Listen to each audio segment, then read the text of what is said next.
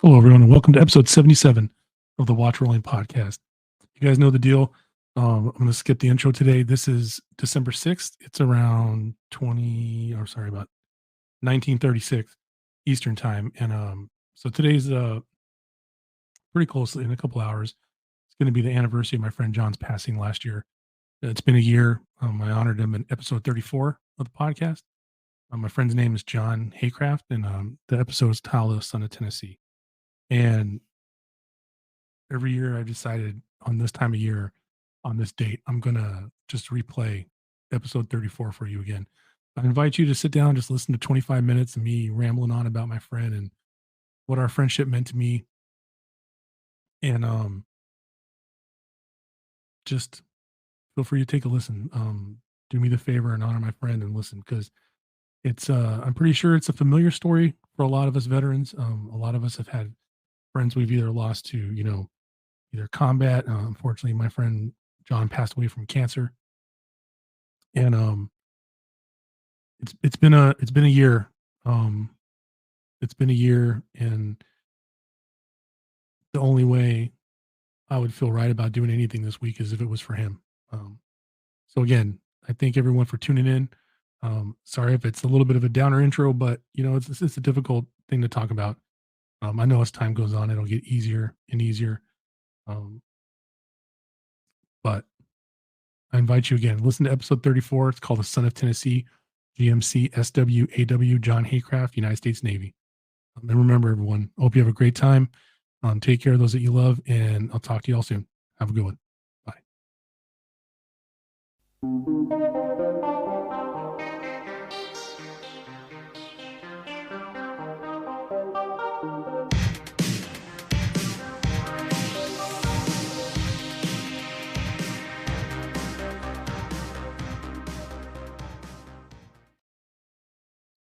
Hello, everyone, and welcome to episode 34 of the Watch Rolling Podcast, a veteran-owned podcast that focuses on watch collecting with the goal of helping veterans. My name is Jason, and I'm your host. If you're new to the pod, welcome, and if you're returning, welcome back. I'm not going to start the podcast like I normally do with some product placement and stuff. I know that Robert from Mushi Watch Straps will understand. Those of you that follow me on Instagram, you know I haven't posted a podcast in about 2 weeks, and that is because on December 6th, a good friend of mine lost his battle with brain cancer. And taken the last couple of weeks to kind of sort things out and just be as supportive as I can for his family. Episode 34 is going to be a tribute to my friend John. And I'm going to start apologies ahead of time if it gets a little tough to do. But, I give it a lot of thought. And, part of having a podcast is I can put something out there on the internet talking about my friend John that will be there forever. As long as the internet's around. If anyone wants to hear the story of our friendship and a brief history on John and his military career, then it'll be there for people to listen to. I'm not doing this scripted. There's some part of it where I have notes, but it's just because, if you were ever in the military, you know that, you know, oftentimes you're stationed with someone in one place, but you're not always stationed with them everywhere else you go. And that can lead to like, half memories of where someone served or something like that. So I just want to talk about our friendship first and what it means to me, and I'll always say it in present tense, the very best I can, and then a little bit about John as a person individually. So John and I met each other back in 2011. It was at a shore command. That's kind of funny considering we are both in the Navy. At the time, I was a chief damage controlman, and John was a first class pit officer gunner's mate. And we worked in an office where really these guys and ladies had the most unthankful job ever.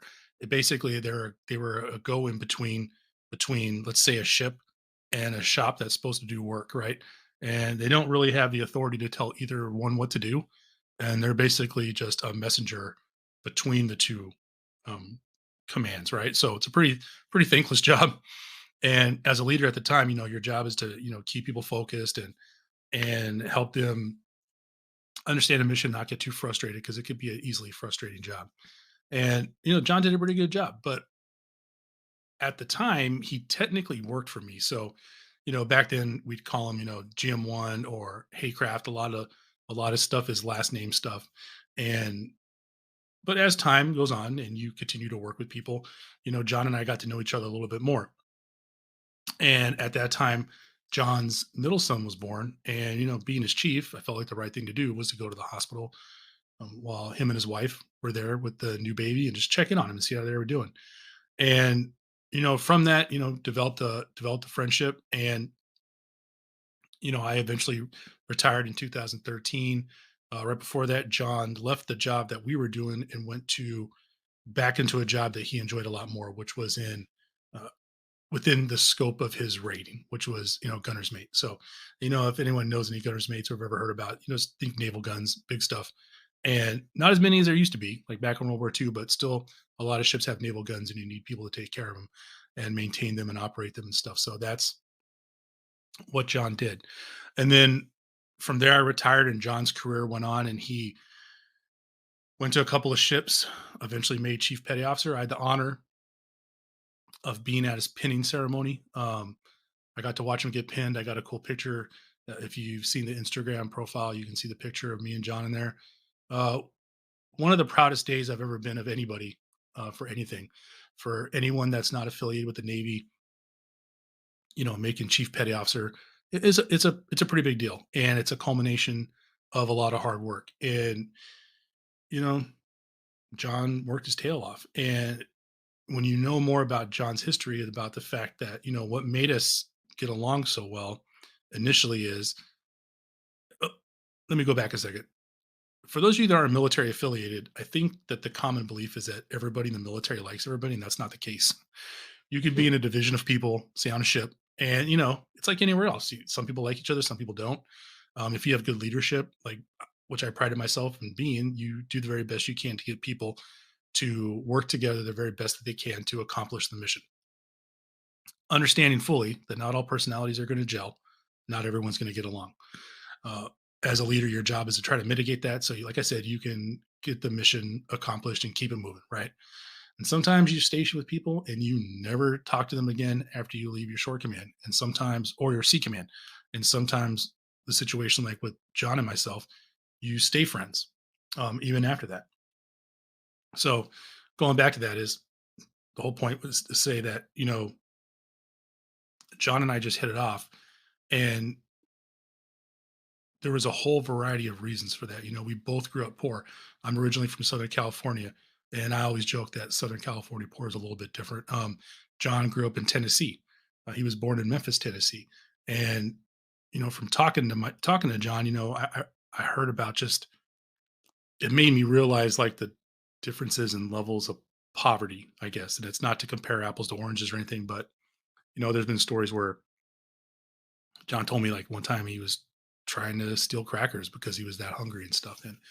And you know, John at the time never knew his father, and I didn't know my father until I was a little bit older, like really get to know him. And we had that in common. And kind of rough upbringings, and we both ended up in the Navy, a little bit time apart, but in the Navy. And then you fast forward, various ships and stuff, and we meet at the shore command. And so a couple other things we had in common that are going to sound really shallow, but our friendship's based on that is, you know, a mutual respect and love of science fiction movies, a mutual love of exercising. We used to work out together all the time before John got sick.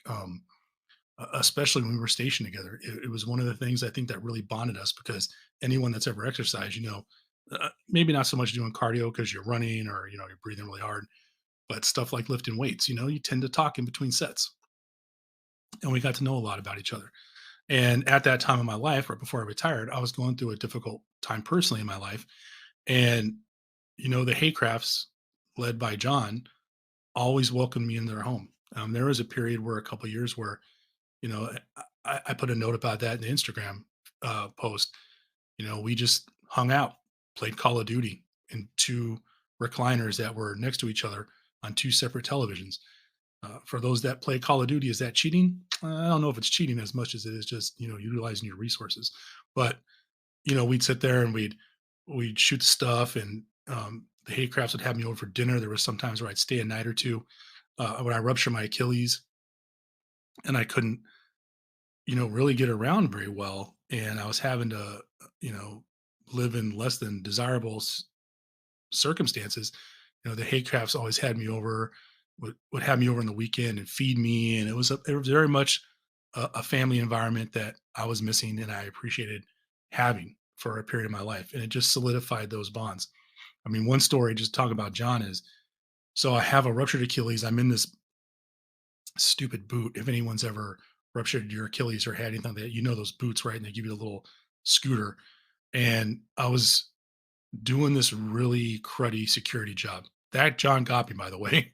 We were doing it part time before I retired, but he got me this security job, and I'm doing it part time. And I'm trying to find another job that's going to pay me better. And I have this job interview. I get a flat tire. So in typical Virginia fashion, Hampton Roads fashion, it's torrential downpour. It's raining and it's raining like crazy for like an hour. And I get a hold of John, like, yo, I got a flat tire, man. I can't get out there and change it. John's like, I'll be right there. So he comes all the way out, stopped whatever he was doing.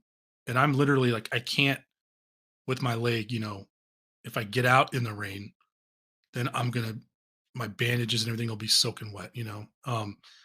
If I stand in the water, I'm gonna get soaking wet. John goes out there and there's probably like an inch and a half, 2 inches of standing water. He gets everything out. He gets on the deck and he jacks up my car, changes the tire so I can keep it moving. And I never made the job interview, but that's not the point. The point is that my friend dropped everything he was doing because he understood my situation and came out there to help me. And that's just one small example about John and the person that he is. Um, it- I think like most of us that are in the military, you gotta, how can I say it? Well, you have to develop a trust, right? And then, you have to develop trust between people. And once you do that, there's nothing that those people wouldn't do for you. And like I said before, it's not that way with every relationship or every circumstance, but in this case for John and myself, it was.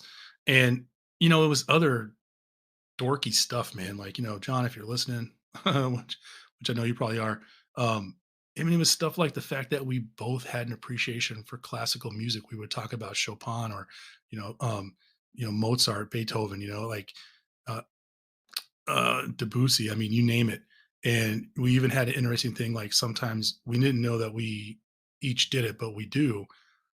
Or, or when we would lift heavy, we would listen to classical music, and that was something I learned on my own a long time ago, and John did. And when we both said that, we're like, "Oh man," because I know it's supposed to be a whole watch podcast, but um, you know, I've never met anybody else that listens to classical music when they lift heavy, and John got it. He got it. It was like a controlling the rage thing, and he just understood that. And to a mutual love and respect for science fiction movies or action movies or now, one where we differed, John really, really liked what I would call silly movies. Uh, I would say my borderline silly movie is Talladega Nights, where John watched all kinds of crazy, silly stuff, and then I like stuff like The Big Lebowski. And John tried to watch it with me one time. He's like, "Dude, I never want to watch that again," and um, stuff like that. But like even I think it was June, when John had so he had been diagnosed with brain cancer. Since 2020, and he's been fighting it. And I'm not going to go through the whole story, but eventually he got to the point to where it was looking a little bit better. In June, we went and saw the new Top Gun, and my buddy's walking around. He's really lucid, and we're cracking jokes, and it was a good time. And like things get sometimes, it just sneaks up and everything goes fast, and then one thing leads to another, and then now your friend's really sick, and it's been difficult, but I I could never really put into words, even though I'm trying to. I sure couldn't do it in an Instagram post. Um, I'm doing this because there's going to be a memorial for him at his command and locally here in a little while.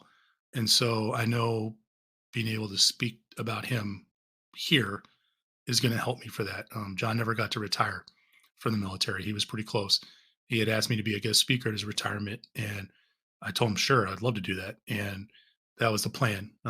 He was the best man at my wedding, even though he was on deployment. He had recorded in his dress uniform a nice video. The video didn't work, unfortunately. It really stinks now, hindsight, but a buddy of our, Marcos, read it out loud and did a great job. And John's words were excellent.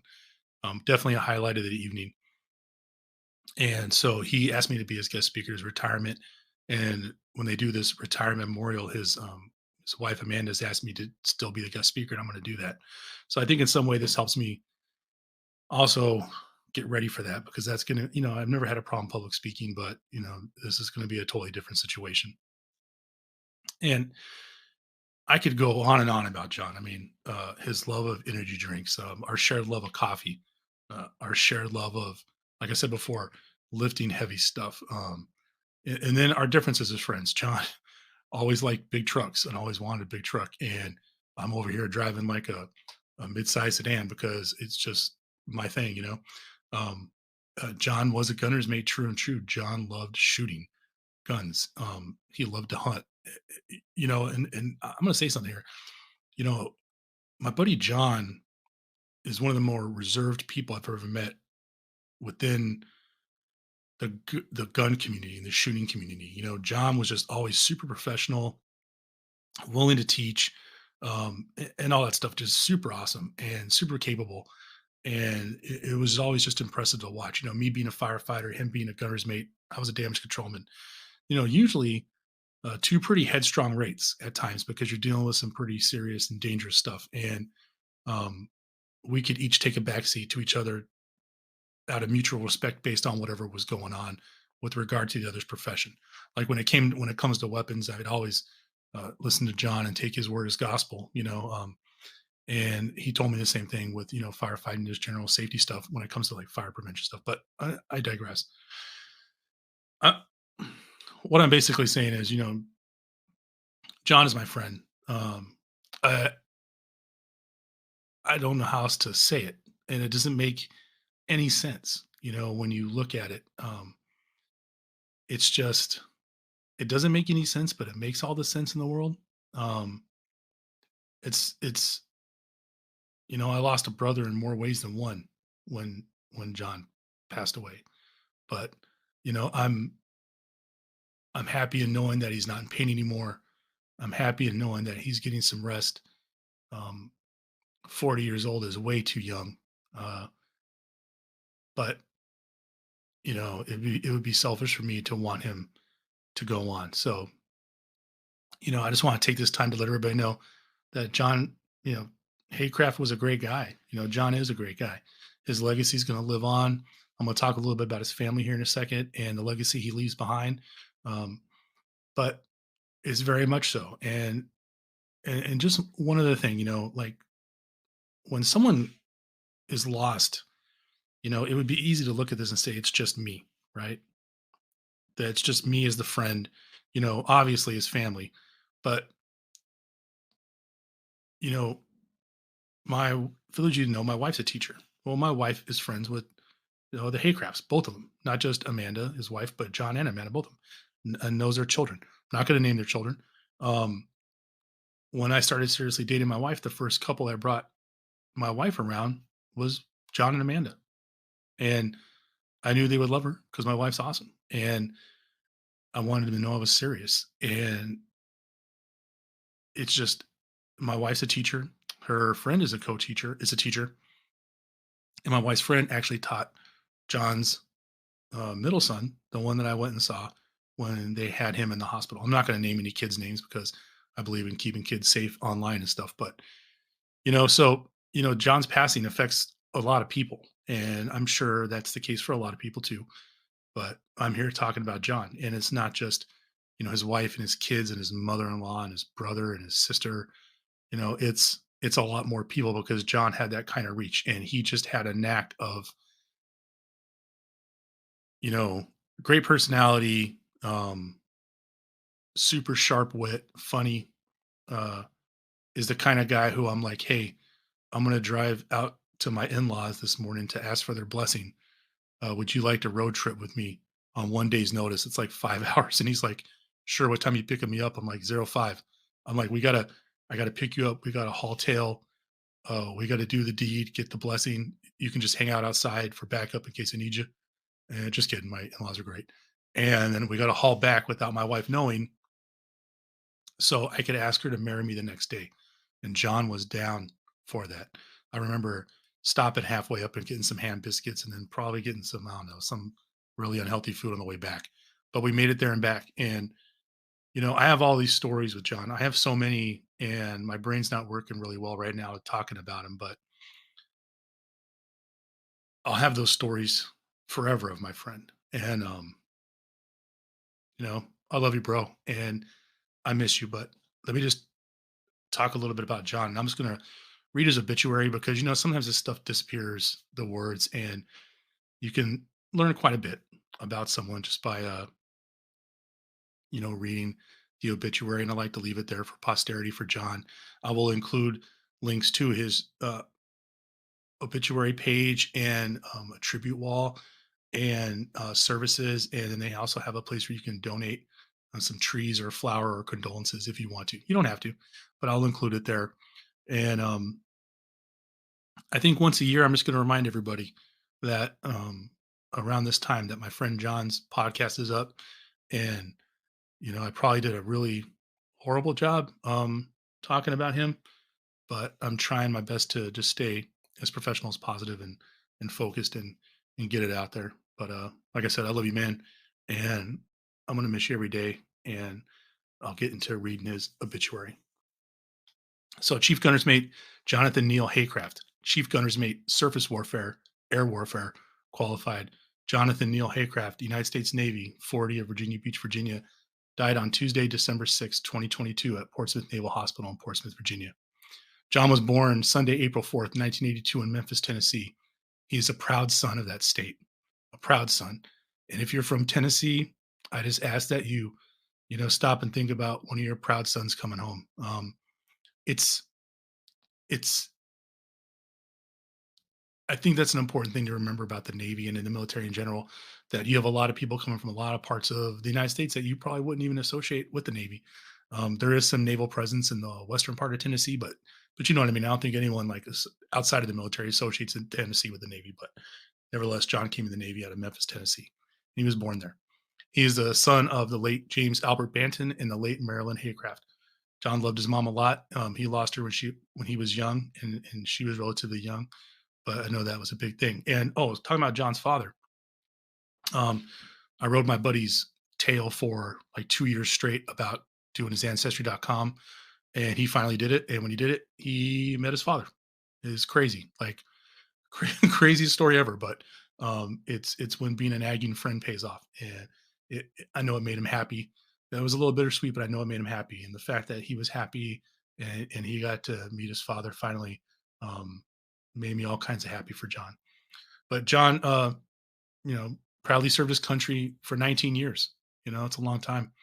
The funeral services were held for John at 11 a.m. on Friday, December 16th. They were at the chapel at Johnson Williams Funeral Home. He's been buried in the Fairview Cemetery in New Bern, Tennessee. If you're ever in New Bern, Tennessee, and you're from Tennessee and you want to pay a little respects, throw a flower down, give him a fist bump. I'm sure he would appreciate it.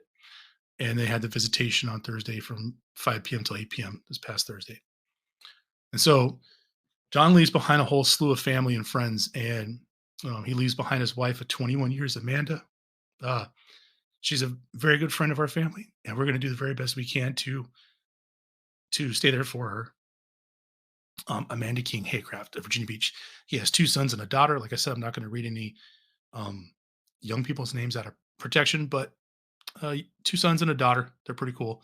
And he also has a brother, Billy Ring of Tennessee, Jeff Banton of Virginia Beach, and Tim Banton of Water Valley, Mississippi, and one sister, Robin Charbonneau. Hope I said that right, Robin.